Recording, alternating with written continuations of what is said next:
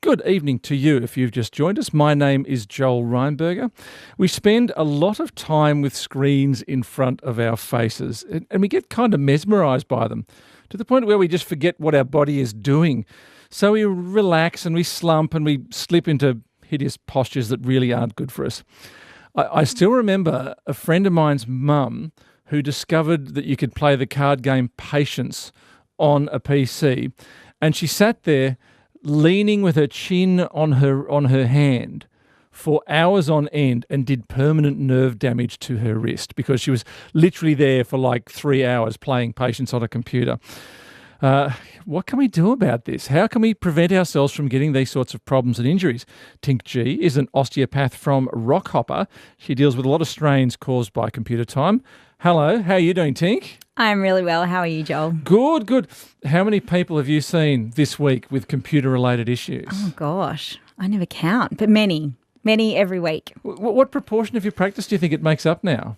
Oh, it's increasing, and including, because I also treat kids, so increasingly even teenagers coming in with increased screen time from school, but lots of adults are just at screens all over the place. And I think even in jobs where you didn't used to have a screen, they're now also being included in their jobs. So there's just heaps of hours in front of screens. I go to the doctor and they spend 3/4 of their time typing stuff into the computer these days. Correct. It's amazing. Exactly. And at least when I learned to type, I learned to type at TAFE.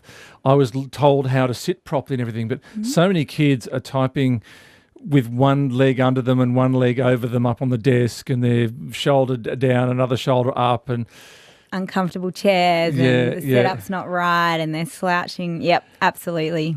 It's a bit of a horror show. Now, what sort of problems do you get out of computer use? Specifically, what problems? Well, I think some of the things that you just talked about nail it on the head. People who end up quite slouched because they're tired from their job. Sometimes, stress is always a factor, and I think our posture when we're stressed also changes, so that increases the load through our postural muscles. But in particular, headaches are very, very common presentation, particularly when they start at the back of the neck, up the top near the base of the skull, and then sometimes they radiate over.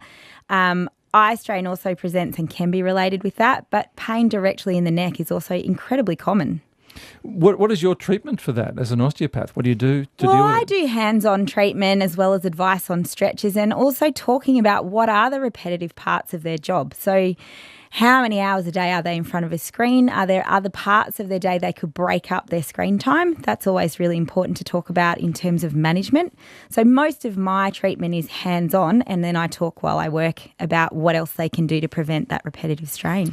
I know there's a few people in this actual office who have software that won't allow them to type more than, I think it's 35 minutes. Once you've been typing non-stop for 35. Big thumbs up. I love it. Bing, bing, bing. You've got 5 minutes break, go and do something else. Great. And they sit there very frustrated because the news report's on in 10 minutes, but they have to get up and do something else. Yeah, well, I do see a number of people who are able to turn off that app when it pops up. And so when I ask, do you have anything that reminds you to get up? They go, yeah, but I can just click it off. I'm like, that's not so useful. It's like a snooze button. The snooze button is a great evil, isn't it? Absolutely.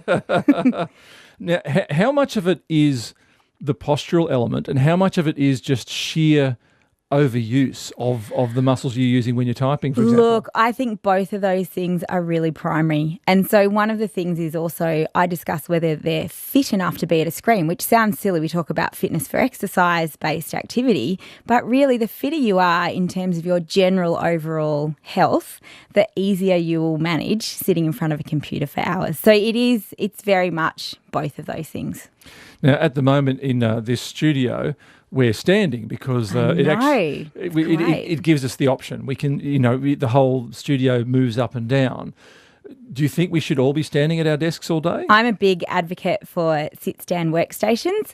I'm not an advocate for only standing for 8 hours a day. I think that also creates other problems, and people can slouch standing at a desk as well. So they are becoming much more popular. We are so lazy we can slouch when we're standing. I know. So, yeah, we do. I encourage a lot of people to try and monitor how long they're spending sitting, how long they're monitoring standing, and then what they're actually sitting on. Look at their chair, look at the screen placement, there's all sorts of different types of sit-stand workstations. If the whole thing rises like this, it's brilliant. Sometimes it's just the computer. So if they've got a job where they also need to read off paper, then they might need something else that attaches to the side that they can clip that onto. I remember before the sit-stand stand desks were kind of a common and easily accessible thing, that one of my colleagues ordered from a Perspex place. They made kind of a stand on his desk which the computer monitor and keyboard would go on, and he would just lift the monitor and the keyboard onto that stand, and that meant he could stand up. Look, it's great. And I think that sometimes we think it's too hard to make those changes we need to make because it might cost a lot of money getting a sit-stand desk. The makeshift stuff can work so well. Even stacking thick books on top to get your laptop to the right height and then have a, separate keyboard. Sometimes the laptops are half the problem. It just depends what you're working off and what your screen setup is. Keyboards on laptops are the worst. They are the worst. I was working in a building that, believe it or not, was firebombed many years ago, and by a crazy ex-spouse of someone who worked in the building, basically, and I had to work on my little laptop in an office somewhere else for like 6 months until we were allowed back in, and by the end of that, my wrists were just in agony. It's just got problems all over, hasn't it? It's wrists, it's neck, it's shoulders, it's the lot. Now, Tink G, osteopath from Rockhopper, we are going to get you to run us through some stretches that we can do at our desk. I encourage everyone who's listening at home, do these with us. She's going to describe what she's doing now. We are going to film them as well, so that we have a record of them. Hopefully, we can get up on Facebook to have a look at later. So, Tink, show us some of and take us through some of the stretches we can do to preserve our necks. So generally, I start with a diagonal forward stretch. So turn your head halfway, so about 45 degrees. Drop your chin to your chest on that angle, so you feel the stretch through the back of the neck on one side. Hold it for around 20 to 30 seconds. Do you want me to hold it today? No, or it's just right. Move on. That's what I thought you'd say. So we do both sides always. You don't want to do just one side of your neck.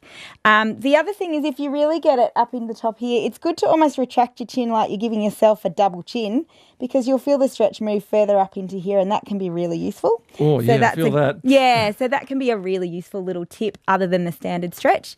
Sideways, so hold your opposite ear. Always start standing really tall before you go, and then reach your ear to the ceiling. So the top ear is reaching to the ceiling. You're not just yanking down towards your other shoulder, but you're reaching up. So you're reaching right over your head. Yeah. Reaching right over the head. Ear. It's not a lot of overpressure. You're just placing it there and just reaching that ear to the ceiling. You should feel this stretch going down through the side of your neck there like that. Now, the next one stretches the front of your neck. So it's quite logical. We've got diagonally at the back of the neck. We've done the side of the neck. So now for the front of the neck, hold your collarbone.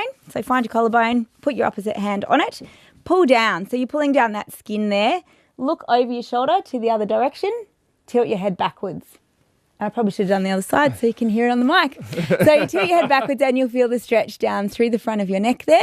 You shouldn't feel this going into the back on the other side, because if you feel that, it's pinching in the wrong spot and not giving you the stretch that you're actually looking for. Oh, I can feel that in the corner of my jaw. Oh, corner of your jaw? You might be a jaw clencher, are you?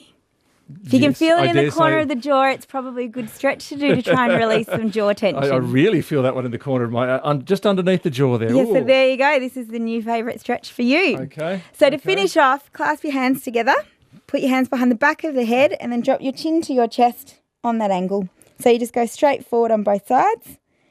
Oh, that's nice. Right at the bottom of the neck there, you can feel that one. That's really nice. Ooh. And then there's one more helpful one. Right, we're nearly there. Elbow upon elbow. So you lift one on top of the other. So you put your hands in front of each other. Hands in front. They're at 90 degrees. We'll say cross your right elbow over your left elbow. Your right elbow's on top of your left elbow with your hands up. Hold on to your right wrist with your left hand. If you can reach that. Otherwise you get a tea towel and grab one like that. Yep. And then pretend your elbows are on a shelf out in front of you near your chin. That's it. Yep. So you keep your elbows up on that shelf, and then you push your shoulders down, but you keep your elbows high. And you should feel this come into here. Into the trapezius across the top of your neck. Well done. There. Mid-traps. Perfect. All right, so that's it. Then you hold that and then slump. So after about 20 seconds, slump, and the stretch just moves a little bit lower down to the lower trapezius fibers. And then that's a great stretch. Oh, yeah. And so then you'd always do the other side as well. So that's just a great little neck series to help reduce And so neck tension. how long would that take for you to do in a day? 5 minutes, less than 5 minutes. And how many times should you do that little routine each day? Depends how much screen time, how many problems you're having. So I always say if you can feel the tension and you're having trouble and having neck pain and headaches, then ideally do it sort of 3 times a day. Once you're on top of it and it's good maintenance, you might do it at halfway through your day in an evening if you feel like there's a bit of tension there. Okay then. How bad does pain get when people don't do these things? Oh, look, I mean, I guess as an osteopath, that's what I see a lot. So some people wait until it's absolutely unbearable nerve pain before they make an appointment. And that's what I'd recommend not waiting for. So that's when it can be pain in the neck that then radiates down into the arms. It causes all sorts of neural problems, and that sort of pain can be quite unrelenting. So...